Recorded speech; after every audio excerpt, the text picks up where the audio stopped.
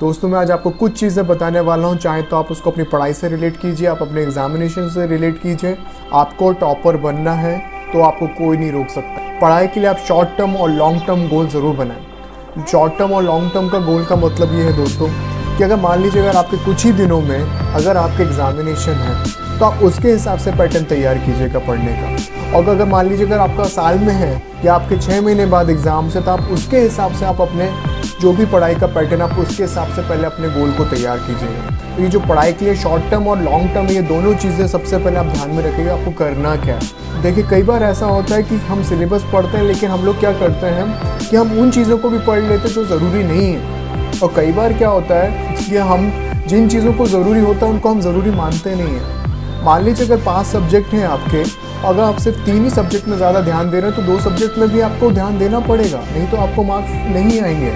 इसलिए दोस्तों मैं आपसे कह रहा हूँ कि सिलेबस के अनुसार सभी सब्जेक्ट की लिस्ट बनाएं, तो कहीं ऐसा ना हो कि कोई भी सब्जेक्ट आपसे छूट जाए। अपने सब्जेक्ट की नॉलेज के स्ट्रेंथ के अनुसार प्रायोरिटी सेट करें। देखिए कई बच्चों में वो ताकत होती है, कई बच्चों में वो काबिलियत होती है कि वो किसी पे एक पर्टिकुलर सब्जेक्ट को बहुत अच्छे से कर लेते हैं क्योंकि वो उनकी स्ट्रेंथ होता है। लेकिन आप उन पे भी काम कीजिए जो आपकी स्ट्रेंथ नहीं है जिन सब्जेक्ट्स पे, तो आप उनको ध्यान दीजिए कि अगर मेरा ये स्ट्रॉन्ग है तो मेरा ये क्यों नहीं है, और अगर नहीं है तो आप उसको स्ट्रॉन्ग बनाइए। तो यही सारी चीज़ें आपको करना हो। ये थर्ड पॉइंट में आपको मैं यही कह रहा हूँ कि आप अपने नॉलेज को बढ़ाइए उन सब्जेक्ट्स के लिए भी जिनमें आपकी स्ट्रेंथ नहीं है। कि पढ़ाई के अलावा भी अपना समय निर्धारित करें।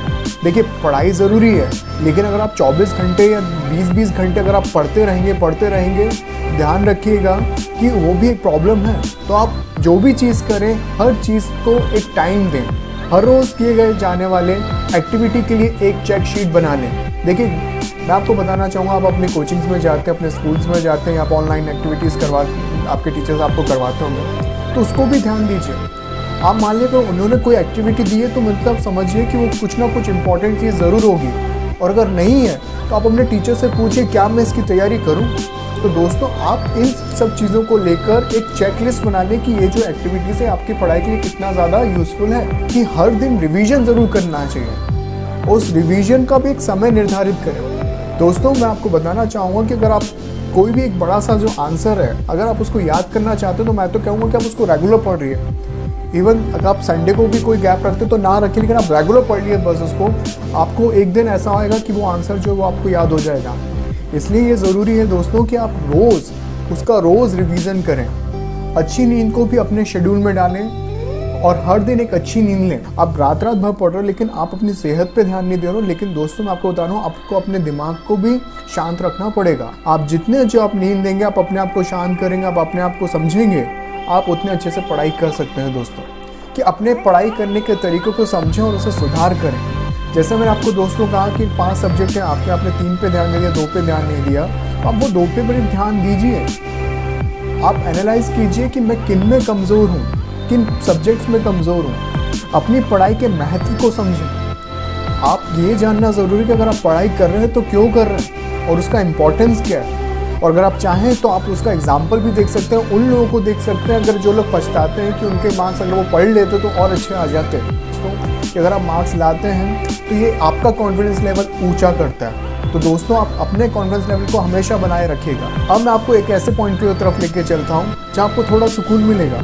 जैसे कि आप छोटे ब्रेक लीजिए। आप पढ़ाई कर रहे हैं, थोड़ा ब्रेक ले लीजिए। मैं कह रहा हूँ आपको, जैसे आप 45 मिनट पढ़िए, थोड़ा सा ब्रेक ले लीजिए, फिर आप पढ़िए। ऐसे ही आप थोड़ा सा ब्रेक लेके पढ़ेंगे तो आपका जो कंसंट्रेशन है वो बिल्कुल बना रहेगा दोस्तों, और इंटरेस्ट रहेगा आपको कि मुझे क्या करना है। तो दोस्तों ये चीज़ ज़रूर फॉलो कीजिएगा। अपने दोस्तों के साथ ही अपने डेली रूटीन के बारे में डिस्कस करें। दोस्तों कई बार हम लोग ये होता है कि हम लोग कई बार ऐसे दोस्त चुनते हैं जिनको पढ़ाई में कोई इंटरेस्ट नहीं होता है। तो क्या आप ऐसे लोगों से आप पढ़ाई का आप कोई भी चीज़ डिस्कस कर सकते हैं? नहीं, आप उनको ज़रूर समझाइए कि आप भी पढ़िए और हमको भी पढ़ने दीजिए। दोस्तों मैं आपको ये कहना चाह रहा था इस पॉइंट के बारे में कि अगर आपके ऐसे दोस्त हैं जो पढ़ना चाहते हैं वाकई में और आगे बढ़ना चाहते हैं और टॉप करना चाहते हैं, तो आप ऐसे दोस्तों से डिस्कस कीजिए कि आज आपने क्या किया, आज मैं क्या कर सकता हूँ, और आगे की प्लानिंग कीजिए।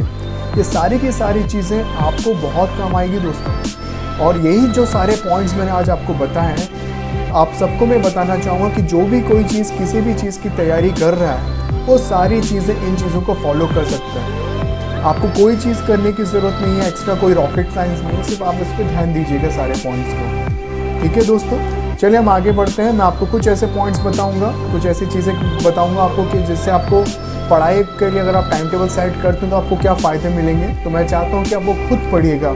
और अगर दोस्तों आपको मेरा ये चैनल आपको पसंद आया है, ये आपको वीडियो पसंद आया है, तो प्लीज़ आप मेरे चैनल को ज़रूर सब्सक्राइब कीजिएगा। मैं ऐसे ही आपके लिए वीडियोज़ लाता रहूँगा। धन्यवाद।